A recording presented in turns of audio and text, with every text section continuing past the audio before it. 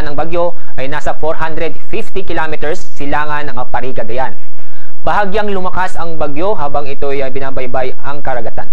Ngayon, ang lakas ng hangin malapit sa gitna ay umaabot sa 155 km per hour, samantala ang pagbugso ng hangin ay umaabot sa 190 km per hour.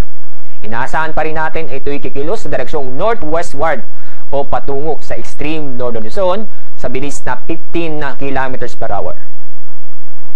At narito ang ating forecast track ni Bagyong Leon. Inyo makikita, inaasahan na ito'y tutungo sa extreme northern zone and then dadaan sa Taiwan area bago lumabas ng ating Philippine Area of Responsibility. Ang araw na kung saan pinangmalapit ang sentro o gitna ng bagyo sa Batanes area ay pagitan ng Thursday na madaling araw o tanghali.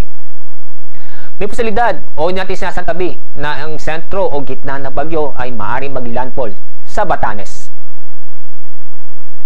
Inaasahan pa rin natin habang binabaybay niya ang karagatan ay lalakas pa ang Bagyong Leon. Bago lumapit sa Batanes, inaasahan po natin aabot sa super typhoon.